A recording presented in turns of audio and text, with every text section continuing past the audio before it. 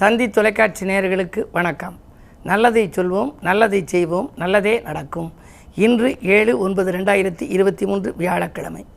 ரோகிணி நட்சத்திரம் மதியம் 3:54 வரை, பிறகு மிருகசீரிஷம் நட்சத்திரம்.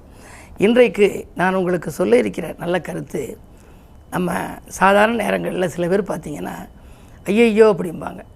அதாவது நெகட்டிவான ஏதாவது ஒரு வார்த்தையை, ஒரு காரியம் சொன்னோம், அவங்க அங்கே போனாங்க, அந்த காரியங்கள் இப்படி ஆயிடுச்சுன்னா ஐயையோ அப்படியா அப்படிம்பாங்க. எடுத்த உடனே ஓ அப்படியான்னு கேட்கலாம். ஆனால் இந்த சரியில்லாத வார்த்தைகளை சொல்லக்கூடாதுங்கிறதுக்கு ஒரு சின்ன உதாரணம்.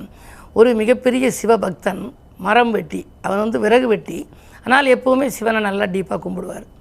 அவர் ஒரு நாள் மரத்தில் ஏறி மரம் வெட்ட போயிருக்கார். ஆனால் கொஞ்சம் மதிமயக்கமானவர், அதாவது மூடன் அப்படின்னு சொல்கிற மாதிரியான ஒரு கேரக்டர் உள்ளவர். அவர் மரத்தில் மேலே ஏறிக்கின்னு நுனிமரத்தில் ஏறி அடிமரத்தை வெட்டுறார். அடிமரத்தை வெட்டினா என்ன ஆகும்? அப்படியே அவர் கீழே விழுந்து இறந்துடுவார். மேலே ஏறிக்கிட்டு கீழே உள்ள நுனிமரத்தில் ஏறிக்கிட்டு அடிமரத்தை வெட்டுறாரு கோடாலியால். வெட்டிக்கிட்டு இருக்க போது மரம் முறிஞ்சு அந்த கிளை விழுக போகுது. மேலே பார்க்குறாங்க பரமசிவனும் பார்வதியும். பார்வதி தேவி சொல்கிறா, உங்களுடைய பக்தனை நீங்கள் காப்பாற்றணும் இல்லையா? அவன் கீழே விழுக போகிறேன், தினந்தோறும் எழுந்திரிச்ச உடனே உங்கள் பேரை உச்சரிக்கிறேன், சிவா சிவா சிவான்னு சொல்கிறேன், நீங்கள் காப்பாற்றுங்கிறா. பரமசிவன் சொல்கிறாரு, இப்போ அவன் கீழே விழுகிற போது அப்பான்னு சொல்லி விழுந்தான்னா நான் காப்பாற்றுறேன், அம்மானு சொல்லி விழுந்தா நீ காப்பாற்று அப்படிங்கிறார். கொஞ்சம் நேரத்தில் அந்த கிளை முறிஞ்சு கீழே விழுகுது. விழுகிற போது என்ன சொல்கிறாரு அப்படின்னா, ஐயோன்னு சொல்லி கீழே விழுகிறேன். ரெண்டு பேருமே காப்பாற்றலை. ஐயோன்னு யார் பேர் அப்படின்னா, யமதர்மராஜனுடைய மனைவிக்கு பேர் ஐயோன்னு சொல்லி கிருபானந்த வாரியார் நிகழ்ச்சியில் சொல்லி நான் கேட்டிருக்கேன்.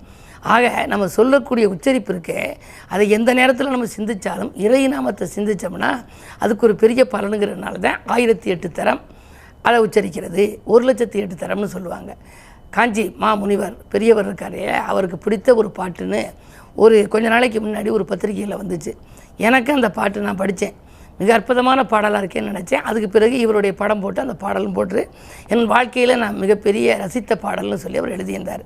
முக்காலுக்கு ஏகாமுன், முன்னறையில் வீழாமுன், அக்கால் அரைக்கால் கண்டு அஞ்சாமுன், பிக்கி இருமாமுன், ஒரு மாவின் கீழ் அறையின் ஓதுன்னு ஒரு பாடல். இது ஒரு பழைய பாடல். காஞ்சி மாமுனிவர் எழுதியிருக்காரு. இந்த பாடலுக்கு என்ன பொருள் அப்படின்னு பார்த்தேன். காஞ்சி மாமுனிவர் படித்து நான் ரொம்ப விரும்பி படித்த பாடல்னு எழுதியிருந்தார். முக்காலுக்கு ஏகாமுன்னா 3 கால் யாருக்கு இருக்கும்? 2 காலோடு பிறக்கிறான். வயோதிக காலத்திலே ஒரு ஆள் ஊன்றுகோல் ஒன்று வேணும். முக்காலுக்கு ஏகாமுன், முன் நரையில் வீழாமுன், தலையில் நர வந்துடும் ஒரு வயது 60க்கு மேலே. முன் நரையில் வீழாமுன், அக்கால் அரைக்கால் கண்டு அஞ்சாமுன், காலனை கண்டு அஞ்சுவதற்கு முன்னால் விக்கி இருமாமுன், விக்குதல் இருமுதல் வருவதற்கு முன்னால் ஒரு மாவின் கீழறையின் ஒரு மாமரத்தின் கீழே இருக்கக்கூடிய அந்த சிவபெருமானை நீ நினைத்து சொல்லு அப்படின்னு சொல்லி இந்த பாடலுடைய பொருள். இப்படி இறைவனை நாம் எக்காலத்திலும் நினைக்க வேண்டும் என்றாலும் இப்பொழுது பொருளை தேடுவத நேரத்திலே போதுமான நேரம் இல்லை என்று நீங்கள் சொல்லலாம். காலை எழுந்தவுடன் இறை தியானம், படுக்கும்போது இறை தியானம், இடையில் வாய்ப்பு கிடைக்கும் பொழுது இறை தியானம் என்று இருந்தால் உங்கள் வாழ்விலும் வெற்றி நிச்சயம் என்ற நல்ல கருத்தை தெரிவித்து இன்றைய ராசி பலன்களை இப்பொழுது உங்களுக்கு வழங்கப் போகின்றேன். மேசராசி நேயர்களே, இன்று உங்களுக்கு செல்வநிலை உயர்கின்ற நாள். செல்வாக்கும் உங்களுக்கு மேலோங்கும். காரணம், ராசியில் இருக்கும் குரு 5ஆம் பார்வையாக சூரியனை பார்க்கின்றார். பஞ்சம பார்வையாக சூரியனையும் புதனையும் பார்க்கின்றார். சகாய ஸ்தானாதிபதியை பார்க்கின்ற பொழுது இன்று நீங்கள் தொட்ட காரியங்களெல்லாம் உங்களுக்கு வெற்றிதான். தொழில் கூட உங்களுக்கு வெற்றி நடை போடும். எதிர்பார்த்த அளவுக்கு லாபமும் கிடைக்கலாம். உத்தியோகத்தில் இருப்பவர்கள் கேட்காமலேயே அவர்களுக்கு பதவி உயர்வு வருவதற்கான அறிகுறிகள் தென்படுகின்றது. இந்த நாள் நல்ல நாள். ரிஷபராசினியர்களே, உங்களுக்கு சந்திரபலம் நன்றாக இருக்கிறது. இன்று சந்திரன் உங்கள் ராசியில்.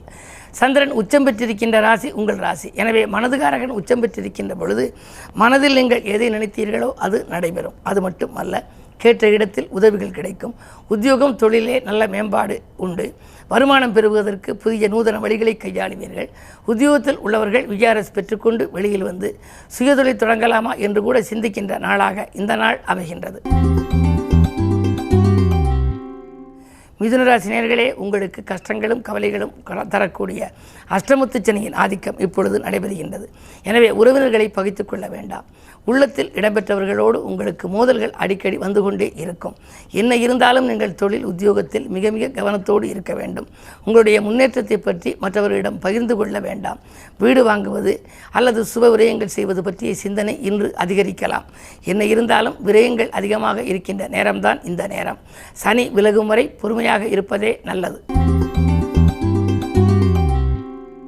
கடகராசி நேயர்களே, உங்களுக்கு கண்டகச்சனியின் ஆதிக்கம்.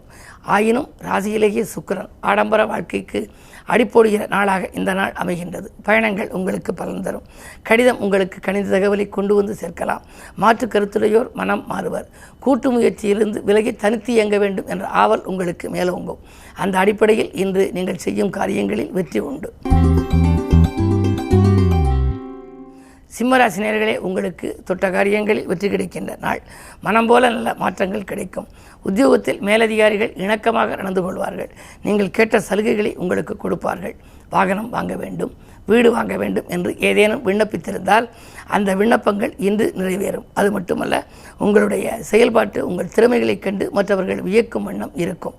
இன்று புதன் உங்கள் ராசியில் இருப்பதால் பணப்புழக்கம் நன்றாகவே இருக்கிறது. கன்னிராசி நேயர்களே, உங்களுக்கெல்லாம் அஷ்டமத்தில் குரு.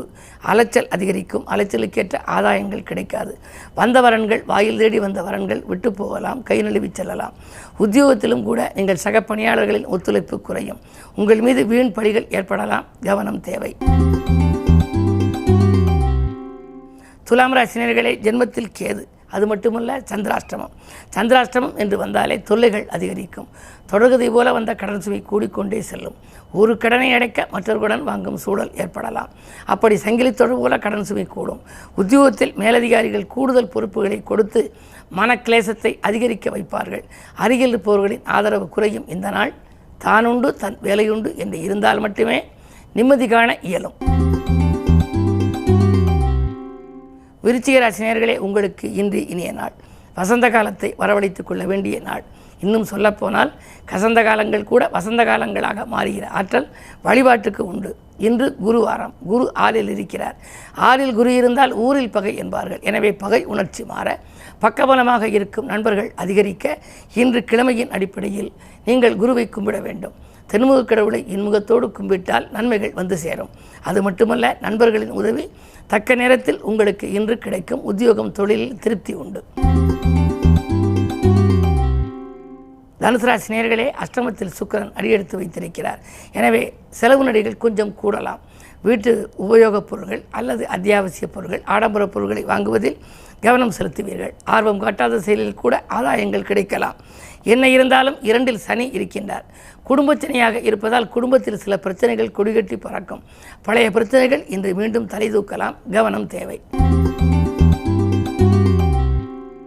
மகர ராசி நேயர்களே, உங்களுக்கு ஜென்மச்சனி ஆதிக்கம் ஒரு புறம், அஷ்டமத்தில் சூரியனின் ஆதிக்கம் மற்றொரு புறம். நிம்மதி என்பது எள்ளளவுக்கு கூட இருக்காது. எதை தொட்டாலும் அந்த காரியங்களில் தடைகளும் தாமதங்களும் வரலாம். நண்பர்களை நம்பி எந்த பொறுப்பும் ஒப்படைக்க முடியாது. அப்படி ஒப்படைத்தால் மீண்டும் உங்களிடமே அது வந்து சேர்ந்துவிடும். தொழில் உத்தியோகத்தில் அதிக விழிப்புணர்ச்சி தேவைப்படும் நாள் இந்த நாள். கும்பராசி நேயர்களே, உங்களுக்கு நோய் அகல மாற்று மருத்துவத்தை மேற்கொள்ள வேண்டிய நாள். உடல்நலம் சீராக உற்சாகத்தோடு பணிபுரிய ஆகாரத்தில் கட்டுப்பாடு செலுத்துங்கள். மாற்று மருத்துவத்தை மேற்கொள்ளுங்கள். உத்தியோகத்தை பொறுத்தவரை மேலதிகாரிகள் கொஞ்சம் உங்களுக்கு அனுகூலமாகவே நடந்து கொள்வார்கள். திடீரென உங்களுக்கு இடமாற்றங்கள் வருவதற்கான அறிகுறிகள் தென்படுகின்றன. நீங்கள் கேட்ட இடத்திற்கு மாறுதல் கிடைக்குமா என்பது சந்தேகம்தான்.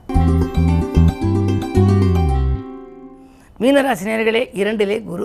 2இல் குரு இருந்தால் திரண்ட செல்வம் வரும் என்பார்கள். எனவே உங்களுடைய மனக்குழப்பம் அதிகரிக்கும். பணப்புழக்கம் கூடுதலாகவே இருக்கும். உத்தியோகத்தில் கூட உங்களுக்கு நினைத்தது நிறைவேறும். உங்களுக்கு கிடைக்க வேண்டிய சலுகைகளும் கிடைக்கும். நீங்கள் விரும்பியபடி அயல்நாட்டிலிருந்து நல்ல நிறுவனங்களிலிருந்து கூட உங்களுக்கு கூடுதல் சம்பளம் தருவதாக சொல்லி அழைப்புகள் வரலாம். என்ன இருந்தாலும் இந்த நாள் உங்களுக்கு யோகமான நாளாக அமைய இன்று கிழமை வியாழன். உங்கள் ராசிநாதனும் வியாழன். எனவே நீங்கள் குருவை கும்பிடுவது நல்லது. மேலும் விவரங்கள் அறிய தினத்தந்தி படியுங்கள்.